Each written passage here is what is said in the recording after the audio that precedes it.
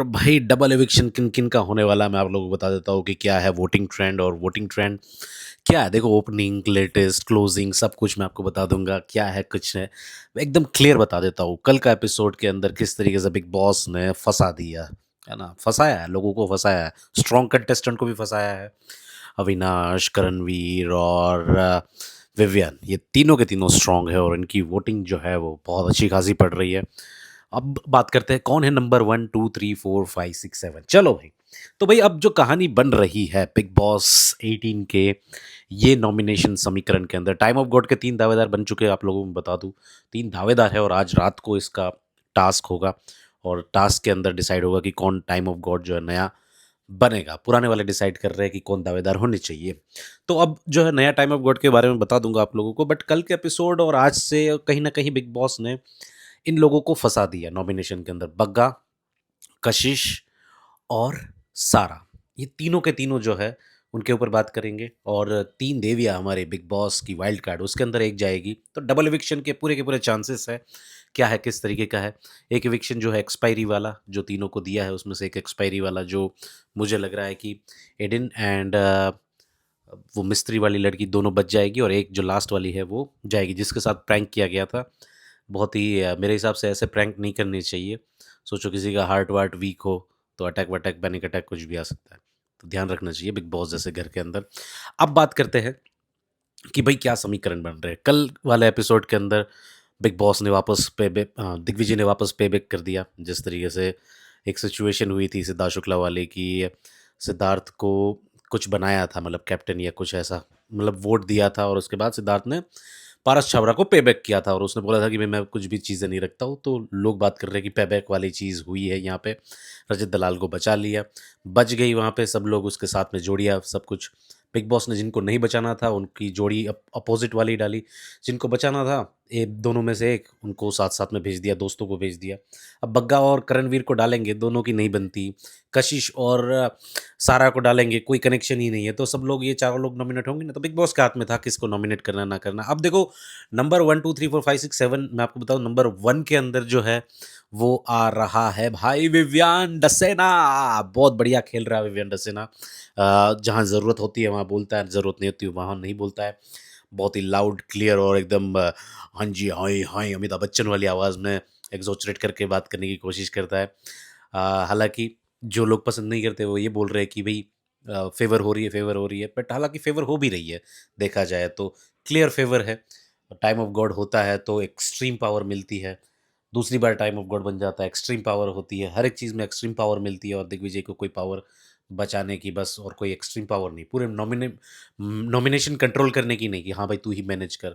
जैसे कि क्या था विवियन में, जब वो टाइम ऑफ गॉड बना था तो काम नहीं कर रहे थे लोग, तो काम नहीं कर रहे थे तो नॉमिनेशन से बचने के लिए या नॉमिनेशन में आ जाएगा उस चक्कर से, उस डर से जो है उसका काम कर भी रहे थे। बट यहाँ पे दिग्विजय के अगेंस्ट ही जो है वो बिग बॉस खुद ही दिखाई दे रहा, तो घर का मालिक ही अगेंस्ट में होता है तो वो क्या ही कर ले। जैसे कि करणवीर को बार बार लगातार ताने मारना, दिग्विजय को नेगेटिव दिखाना, बार बार दोगलापंती दिखाना उसकी कि भी दोगला दोगला। मेरे हिसाब से दिग्विजय जो है वो डे वन से क्लियर ही रहा है। जब उसकी एंट्री हुई तभी भी वो बोला था कि भाई मैं तो रजत से 2 बार ही मिला हूँ, मिला भी नहीं हूँ, मतलब फ़ोन पे बात हुई है, मेरा कोई उतनी खास दोस्ती नहीं। और वो आज भी वही स्टैंड के ऊपर है।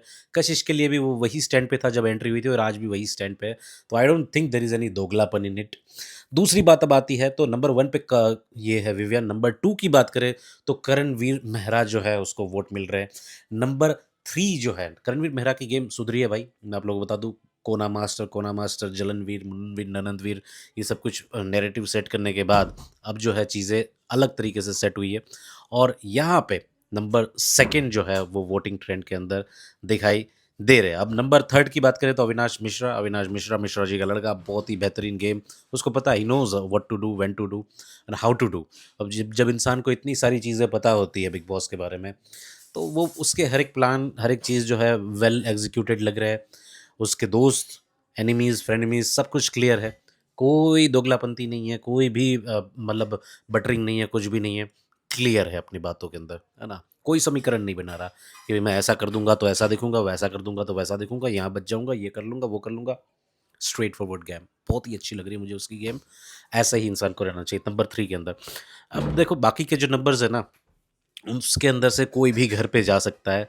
अब जहाँ पे अगर देखा जाए उसके बाद श्रुतिका होगी, उसके बाद जो है बाकी के जो नीचे के नंबर है, नंबर 5, 6, 7 अगर मैं बात करूँ तो बग्गा, कशिश एंड सारा। ये 3 नाम जो है ना, इन तीनों में से बिग बॉस किसी को भी इना, मीना, डी का, टाई, मा का, डी का कुछ भी करके जो है बिग बॉस उड़ा सकता है। हालाँकि बग्गा जो है वो पंगे ले रहा है करणवीर से, तो उसके लिए रखा जाए बग्गा को, क्योंकि बग्गा के वोट भी है, बीजेपी वोट्स भी आते हैं, ऐसी बात करते हैं, क्योंकि एक प्रेज़ेंस है, देखो बग्गा की प्रेज़ेंस को आप डिनाई नहीं कर सकते हो। 51 दिन से वो है बिना कुछ करे हुए बिग बॉस के घर के अंदर, तो वोट आ रहे हैं इसलिए है ना? अगर नहीं आते तो लास्ट एपिसोड के अंदर, लास्ट वीक के अंदर कशिश थी, कशिश को बचाने की कोशिश करी बिग बॉस ने, पर नहीं बची, तो कशिश नीचे ही थी। तो यहाँ पे मुझे जो बॉटम 2 के अंदर दिखाई दे रहे हैं, वो बॉटम 3 के अंदर दिखाई दे रहे हैं, तो बग्गा ऊपर है थोड़ा-सा। उसके बाद कशिश है, क्योंकि कशिश को भी रखना चाह रहे हैं बिग बॉस और कंटेस्टेंट्स की दिग्विजय के चक्कर से, एनिमी एनिमी वाला एंगल। और कशिश बहुत क्लियर है, देखो जब वो बोलती है बहुत स्पष्ट बोलती है, और मेरे हिसाब से जो उसने बातें बोली है बिग बॉस के अंदर बहुत ही बेहतरीन बोली है। और लास्ट में आ रही है सारा, सारा अरफिन खान। देखो सारा का कोई कंटेंट नहीं है, वो तो ये भूत बनी हुई कल दिखाई दी, वो भी किसी और के आइडिया पे। तो मेरे हिसाब से सारा जो है उसका एविक्शन होगा। एक एविक्शन तो सारा का है, और दूसरा एविक्शन जो 3 वाइल्ड कार्ड है उसके अंदर यामिनी का जो है, मुझे ऐसा लग रहा है कि 100% यामिनी जो है वो जा सकती है, क्योंकि यहाँ पे रिश्तों का गेम, बार बार रिश्ते रिश्ते रिश्ते, तो रिश्ते किसके कम अगेंस्ट है ना, वो ज़्यादा मैटर करता है। कि अगर आपके अगेंस्ट लोग ज़्यादा है ना, तो आपके अगेंस्ट वोट पड़ेंगे, क्योंकि वोट जब पड़ेंगे ना, इंटरनल वोटिंग जब होगी, तो अगेंस्ट वाली वोटें मानेंगी। कि रिश्ते कितने बनाए वो तो ठीक है, अगर आपने रिश्ते कुछ खास नहीं बनाए ठीक है, बट आपके अगेंस्ट कुछ लोग ज़्यादा होंगे। जैसे वो सॉल्ट वाला टास्क के अंदर सलमान खान ने खुद बोला था कि भाई आपके अगेंस्ट जो है बहुत सारे लोग हैं यामिनी, तो यामिनी का जाना मुझे तय लग रहा है कि शायद जा सकती है। भला हालाँकि भाई बिग बॉस अपने जो है समीकरण अलग से बिठाए, बिग बॉस के हिसाब से ही सब कुछ होता है। देखो मैं आप लोगों को बता दूँ, एविक्शन, वोटिंग, ये वो, नॉमिनेशन, टाइम ऑफ वोट किसको बनाना, किसको आगे ले जाना, किसको पीछे करना, ये ऑलमोस्ट बिग बॉस की तरफ से ही होता है। मतलब अगर सोचो कि 60-70% जो है बिग बॉस की इन्फ्लुएंस होती है, बाद में 30% अगर आउट ऑफ द बॉक्स जाके कोई कंटेस्टेंट कुछ भी कर दे तो हो सकता है। कल का एपिसोड के अंदर ही आप देख लो ना, जिस तरीके से जोड़ी बिग बॉस ने बनाई, बिग बॉस को जिसको डालना था नॉमिनेशन के अंदर, उनकी अपोजिट अपोजिट वाले बनवाए। जिनको बिग बॉस को सेव करना था, जैसे कि विवियन और अ, राजमाता शिवगामिनी, तो उनको पता था कि विवियन जो है वो पे बैक वाली चीज़ें करेगा, तो विवियन ने भी यहाँ पे पे बैक करा है भाई, कि भाई तुमने मुझे टाइम कोड बनाया, ये ले भाई तूने मुझे टाइम कोड बनाया था, ये ले मैंने तेरे को अब सेव कर दिया यहाँ पे। तो मेरे हिसाब से बहुत ही बेहतरीन गेम खेल रहे हैं। मेरे हिसाब से सारा जा रही है और यामिनी जा रही है। आपके हिसाब से कौन जा रहा है, और नंबर 1, 2, 3 पे कौन है? कमेंट में मुझे बताओ। अगर कुछ भी नहीं लग रहा तो जय श्री राम बिल्कुल लिख देना गाइस।